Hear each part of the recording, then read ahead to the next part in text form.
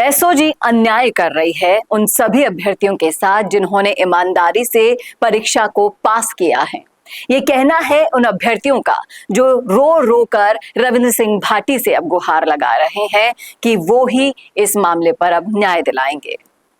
एक धड़ा बटा हुआ है जो हनुमान बेनीवाल के पक्ष का है, एक धड़ा बटा हुआ है जो किरोड़ी लाल मीणा के पक्ष का है, और अब एक धड़ा और तैयार हो गया है जिसको अब रविंद्र सिंह भाटी लीड करेंगे। तो किस तरह से ये एसआई भर्ती जंग और बढ़ने वाली है, करेंगे इसी मुद्दे पर चर्चा इस वीडियो में, इसलिए बने रहेगा आखिर तक हमारे साथ। नमस्कार, मैं हूं चेतना शर्मा, आप देखना शुरू कर चुके हैं संवाद भारत का, भारत के लिए।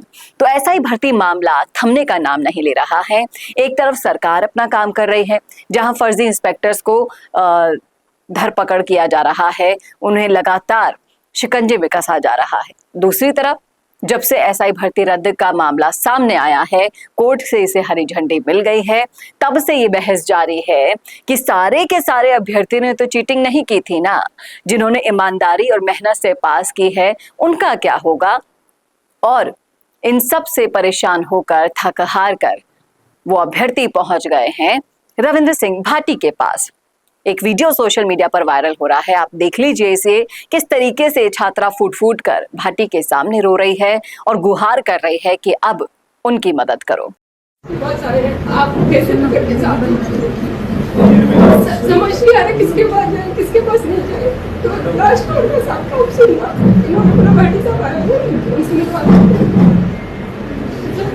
कैसे भी करके भाई सब साथ दीजिए, उनका टाइम पूरा लेके आए हम आपको पूरा हम फैक्ट बताएंगे हमारे साथ किस तरह से अन्याय हो रहा है। एसओजी वगैरह किस तरह से अन्याय कर रही है, इन्वेस्टिगेशन टीम जो है वो भी अन्याय कर रहे हैं।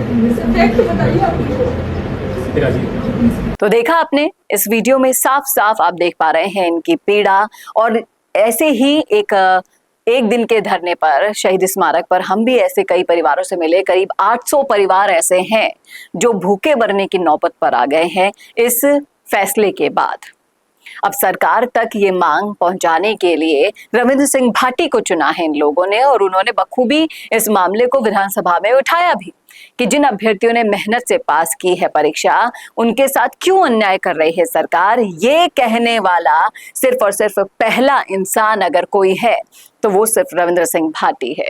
अब ये एसआई भर्ती जंग बेनीवाल वर्सेस किरोड़ी वर्सेस रविंद्र सिंह भाटी भी हो गई है, जहां एक धड़ा तो बहुत खुश है, जहां एक धड़ा बिल्कुल न्यूट्रल है कि अब इस मामले में जो होगा देखा जाएगा। और अब ये जो तीसरे फ्रंट की एंट्री हो गई है, तीसरे धड़े की एंट्री हो गई है रविंद्र सिंह भाटी के साथ, तभी मुकाबला और दिलचस्प होता जा रहा है।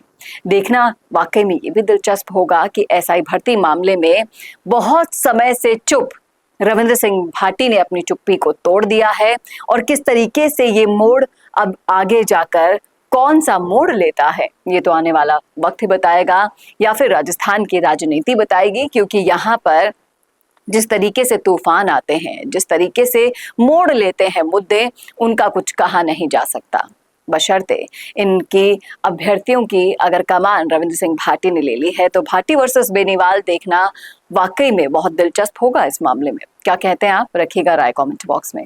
कैसा लगा वीडियो बताना ना भूलेगा, और ऐसे वीडियोस के लिए देखते रहिए संवाद भारत का, भारत के लिए। नमस्कार।